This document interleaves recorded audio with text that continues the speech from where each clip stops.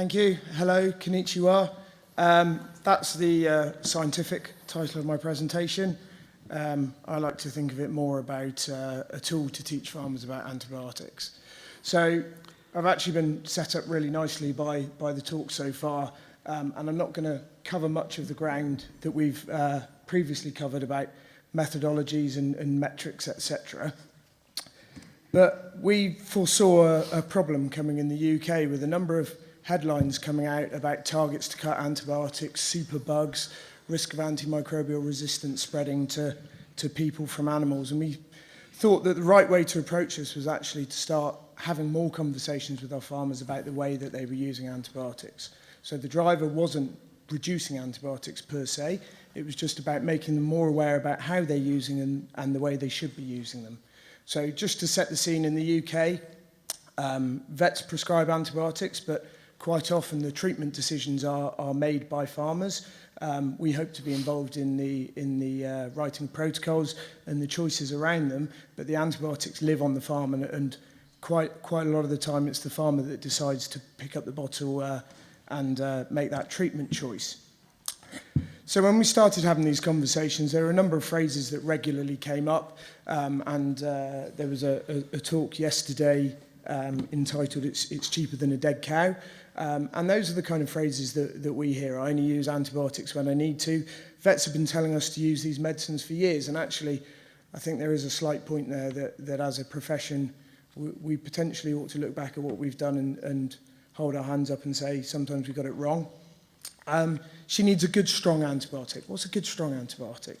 If I don't give her that, she'll die. And those are the kind of phraseology that we were getting coming back at us. So what we thought is we need to find a way that we can take antibiotic sales, and it's using sales, it's not on-farm data, and use it as a way of benchmarking, using simple data collection, that we can start having conversations with farmers around the antibiotics that they're using on farm, how they're using them, and whether that's appropriate or not.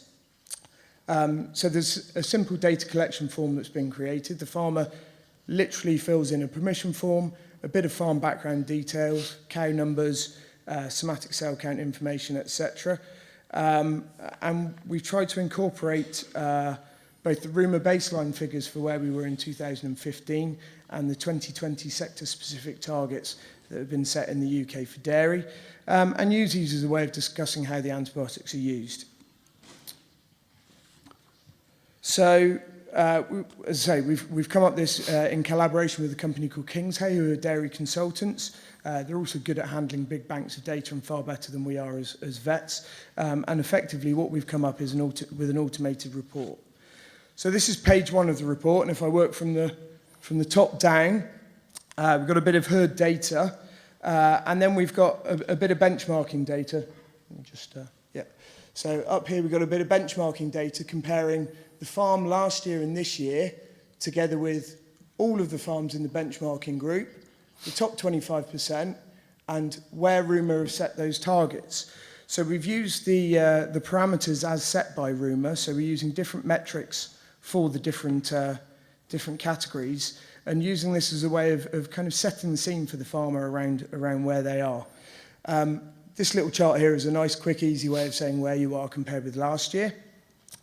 And then at the bottom, we've got the breakdown by antimicrobial class. And as Lisa alluded to earlier, most farmers haven't got a clue what class antibiotics sit in.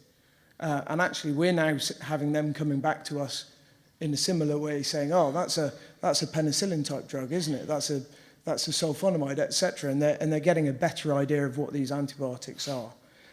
Interestingly, there are vets out there who aren't that aware of what the critically important antibiotics are and which generation of cephalosporin products sit in.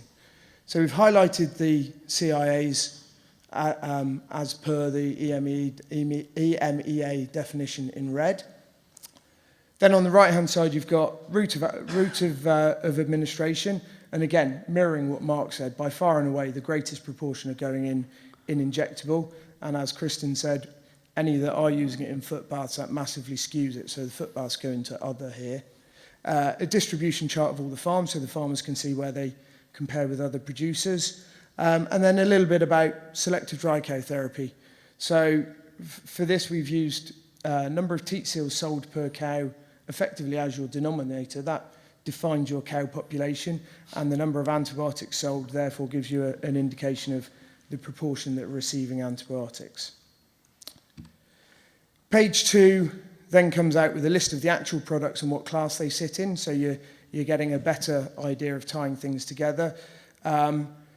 And the thing that we've added in recently is this typical courses per 100 cows. And what we wanted to do is create a metric that farmers can relate to. They don't really understand DDD, DCD, mgs per PCU. It's a foreign language to them.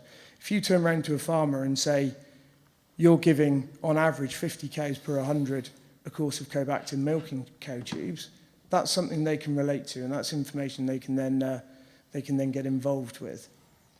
So that's the basis of the form, but as I said in the title, this is just a tool. This is just a way of reporting the drugs, and actually where this becomes useful is when you use that in the conversations with farmers. It's taking that piece of paper out with you and using it as a way of discussing with the farmer how they're using antibiotics and whether that is appropriate and responsible. So I've got a couple of quick examples of things that we've done. So this is a farm that, if I go from the top down, they've significantly reduced their amount of critically important injectables. This is year 1 of producing the report, so they'd already taken on board a lot of the pressure around CIAs. They'd excluded all critically important intramammary use.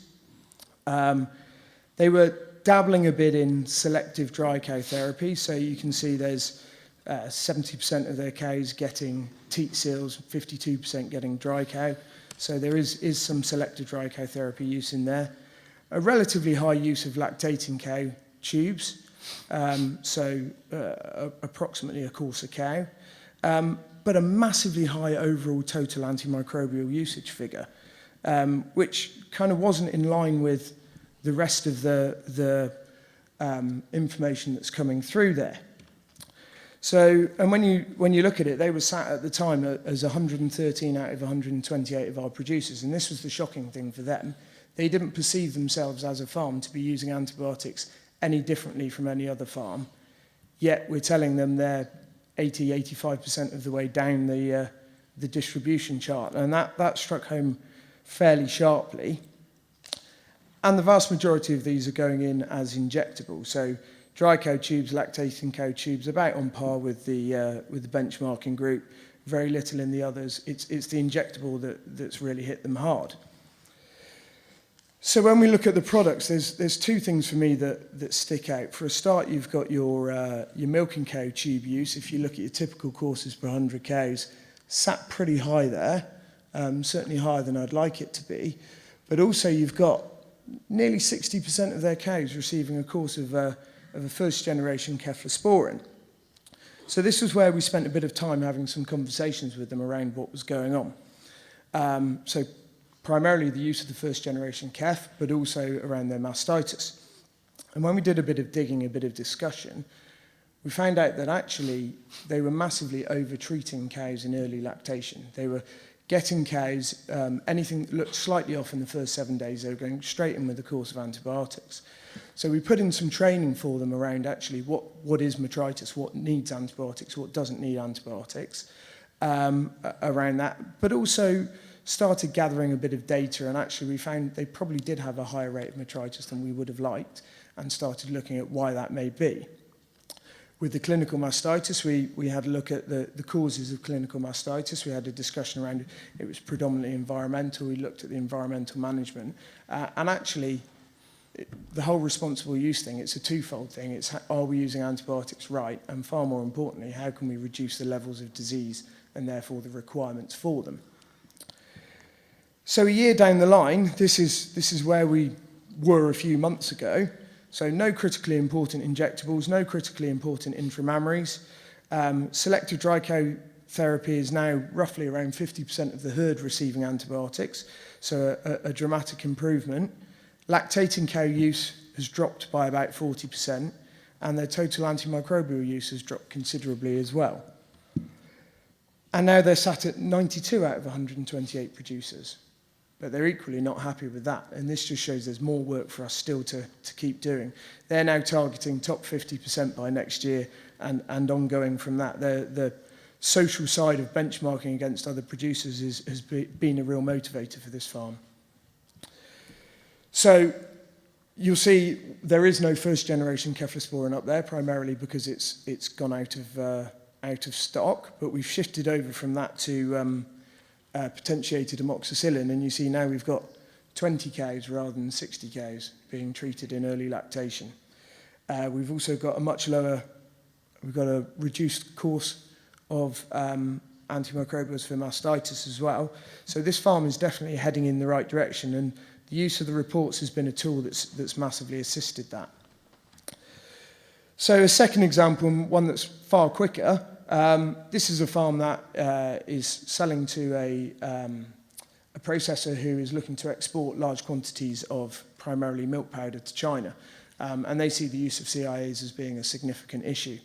So this is a farm that had already reduced their CIAs considerably by the time we came out with the report, but just a discussion around those products. We've sold, and this is an old chart from about 9 months ago. If you were to do it now, there would be 0. We've sold no injectable cephalosporins since October 2016, no intramammary since June 2017, and no fluoroquinolones since October 2016. And this echoes some of the work that Lisa was talking about earlier, in the way that some farms seem really keen to just eliminate those CIAs straight away. So I'm just going to talk a bit about some group level analysis. So this is all of the farms for which we have 2 years worth of data. So it's a smaller data set than that earlier distribution chart. So by going through these reports, we've seen considerable reductions in each of those 6 parameters that RUMA have set as sector-specific guidelines. Okay, lactating cow tube use is the one that we still need to hit hard. But for the majority of them, we're now sitting below where RUMA have set their 2020 target, which is fantastic. As long as we keep on doing the same work and having those same conversations, this is going to keep heading in the right direction. But the big thing for us, and where we foresaw a big issue, was the use around those critically important antibiotics. So without any kind of significant, the majority of these farmers are not selling to supermarkets that have banned the products outright, and this predates the red tractor requirement. We've seen nearly a 60% reduction in 3rd and 4th generation CAFs. We've seen a 40% reduction in fluoroquinolones, and despite moving products to some of those heavier actives, we've seen overall a 10% reduction in the use of antibiotics in a 12-month time period. And I don't think this would be atypical of the veterinary industry in the UK. So I think there's some real positives there. And that's, yeah, just there, and it mirrors Bobby's data and that Mark was showing earlier. This is the range of antimicrobial use, and we're now sat in a situation where we've got about 65-70% of the herds sitting under the RUMA 2020 target, but there are still some really high users of antimicrobials that we need to start looking at how they're being used. Otherwise, there is a serious risk that we won't be able to use those products as we see in the future. So what's the benefits in summary? So we can discuss appropriate antimicrobial use with farmers and use this as a tool to re-educate them and vets about how to best to use antibiotics. We can ensure they're being used responsibly. We also need to focus on disease control, so the use of disease prevention, vaccines, etc., to reduce antimicrobial use, and obviously the welfare benefits that come with it. There's the ability to benchmark, and we can do some group level analysis using these tools as well. So thank you, arigato, and any questions?